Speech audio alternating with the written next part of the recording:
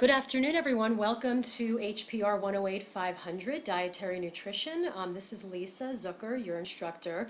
This is my first stab at creating a video for you, which, if it works, I'd like to do it throughout the semester, just highlighting some of the most important points for that particular week. And I wanted to definitely start at this first week. What I'm going to do is just take a couple of minutes to highlight some of the most important things for this week to get you started. So here I am on the home page. This should be what you come up with when you come to the class course shell. And here is the news item for the week. So here I have a lot of information here because I just want to get you acquainted with the course.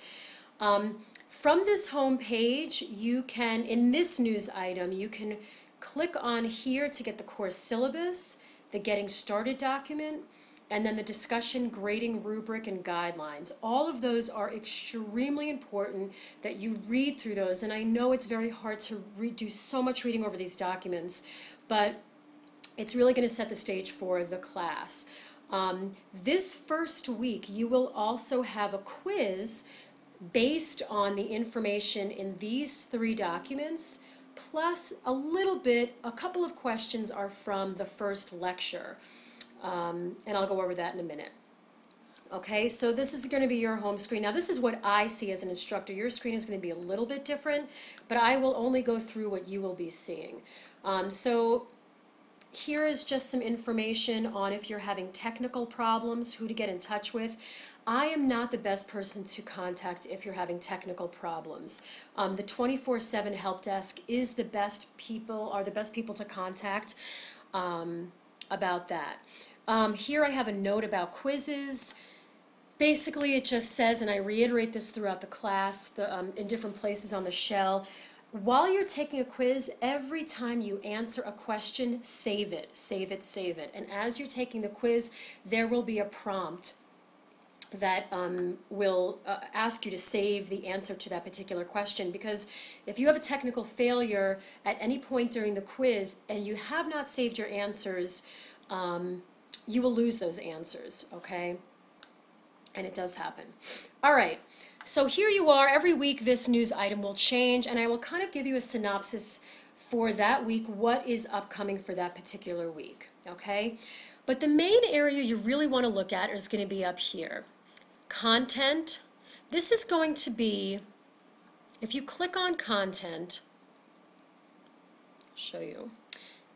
Now again, this is my course shell. This is going to look a little different than yours, but it's going to look similar. And everything for that week, for the most part, is going to be under this content tab. And by the way, D2L was just updated this semester. So it's going to look different to anybody that's been on D2L before, and there are some changes, but I really encourage you to take some time and just click through your course, click in links, click through the course, and this is going to be the best way for you to get acquainted with it. I was frustrated in the beginning trying to learn new technology, but it really just takes a little bit of time to click around. So for this week, getting started, you can click, as you can see, Getting Started. You can see in the Getting Started module there are 4 documents in there. So you have to go on there and double click. And as you can see, it's loading. Double click, and here we are. So these are the same documents as you found on the home page in the news item, but this is going to be the best place to find stuff. Syllabus, Getting Started, also online learning policies, and the discussion rubric and grading guidelines. This is going to be one of the most, in addition to the syllabus, is going to be one of the most important documents. A big percentage of your grade is going to be discussions, and I have very, very specific parameters for discussions. So I would really look over this document. And I will give you a heads up right now. There are a lot of dates and times you have to be cognizant of with discussions, and the reason I do this, and there's always a handful of people that feel somewhat frustrated by the fact that there are so many deadlines every week for posting discussion posts, it's because what I'm trying to do is really simulate a real classroom. And if I don't require that everybody post by Wednesday of each week, there are many people who would not post until Sunday night, and in that case, that would not simulate a real classroom discussion at all. And you can look more into this, and that will get into more detail about that. So you have this, getting started. Now every week you're going to have, so for instance, this week 1, you'll have the dates, and underneath it you'll have everything you need to know. For this week, we have Chapter 1 lecture, so that there's 2 documents in here. You click on this, double click, and in this case you'll have to scroll up. But you can see I have my lecture, which is just a synopsis of Chapter 1 in your book. So you've got Chapter 1 in a PowerPoint and Chapter 1 in a PDF. I've written here, please try to look at the PowerPoint. I'm going to click on this PowerPoint so you can see why I recommend looking at this in a PowerPoint. Now, by the way, when you click on it, you're going to see this view as text. If you actually want to download, this is not really download. You can either download here or you can download here. I would say download these PowerPoints, okay? Now on my computer it's downloading now. This will probably be the same thing in your computer. I also have this in a PDF format, but I'm going to show you in 1 second why it is better, much, much better to have this in PowerPoint format. Just give it 1 second here. So after it's done downloading, I click on it, and it's going to open up, okay?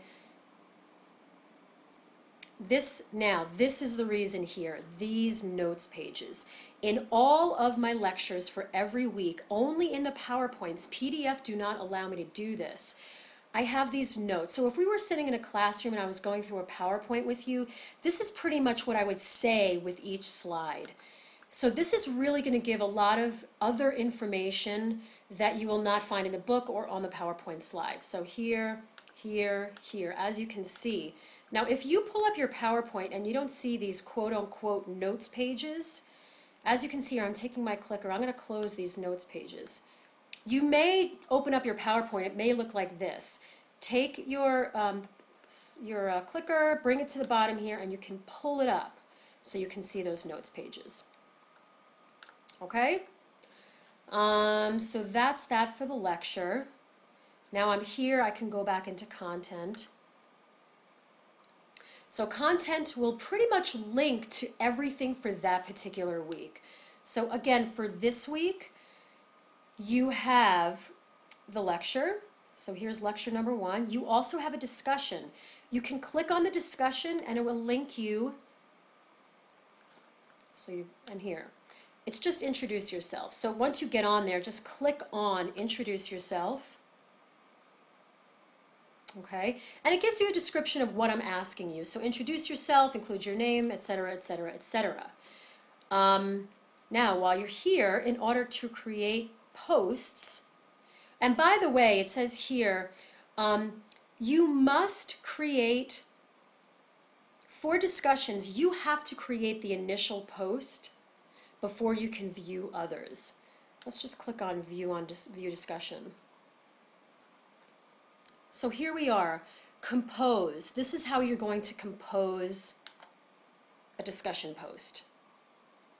Okay, here's your subject, here you type it in, whatever you want to say, and then you hit post.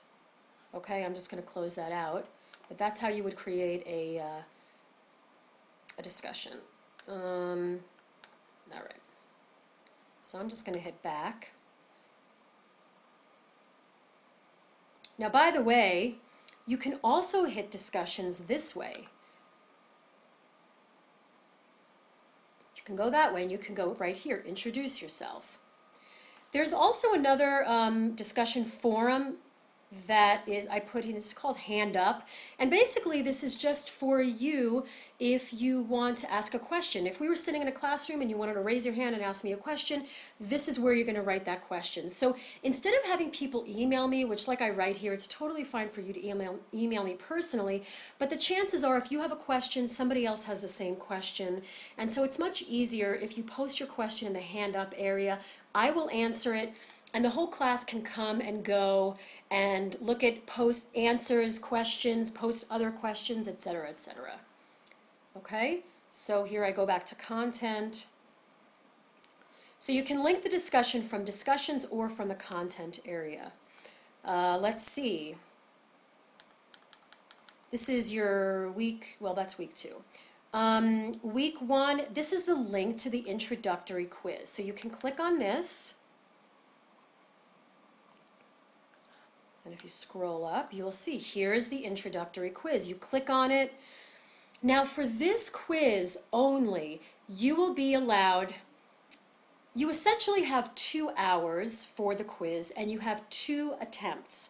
So let me just say a couple of important things about that. This quiz is 3% of your grade. This quiz and all participation this week must be, you must have participated in this stuff by the 29th or you'll be dropped from the class, okay?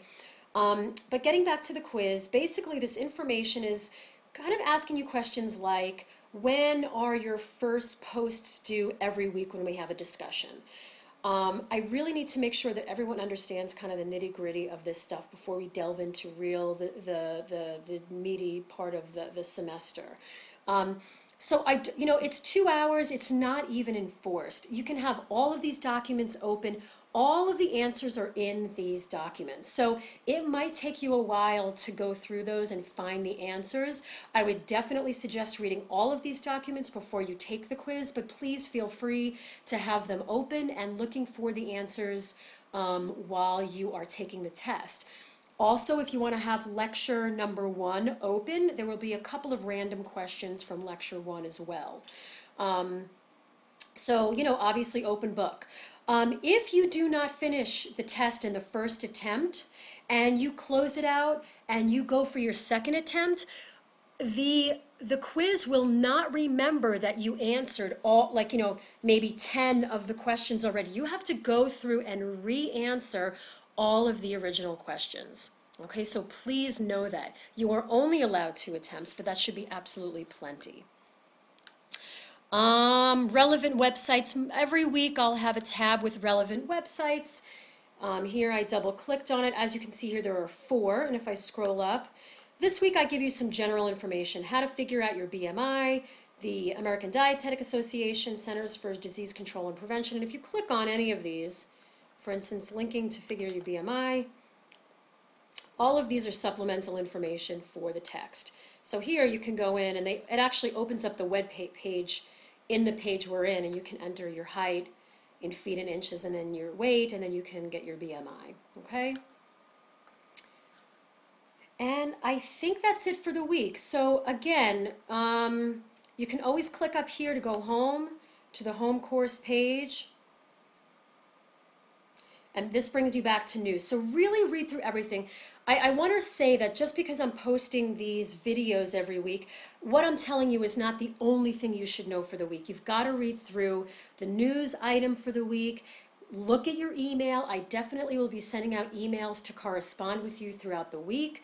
Read discussion posts. I will be intervening in discussions throughout the week and maybe furthering discussions, but you've got to read through that discussion grading rubric and guidelines. Down at the bottom here, I've bullet pointed what to know for the week. So for this week, read all of the documents in the Getting Started section. Read chapter 1 in your book. Look over the lecture notes, maybe with your book open, so you can compare what I have highlighted in the PowerPoint to what you've got in the book. Participate in this week's discussion, which is basically the introduction, introduce yourself, which is not a graded discussion. Graded discussions will start next week. Participate, okay, and then take the quiz by the 29th, okay? I look forward to working with all of you.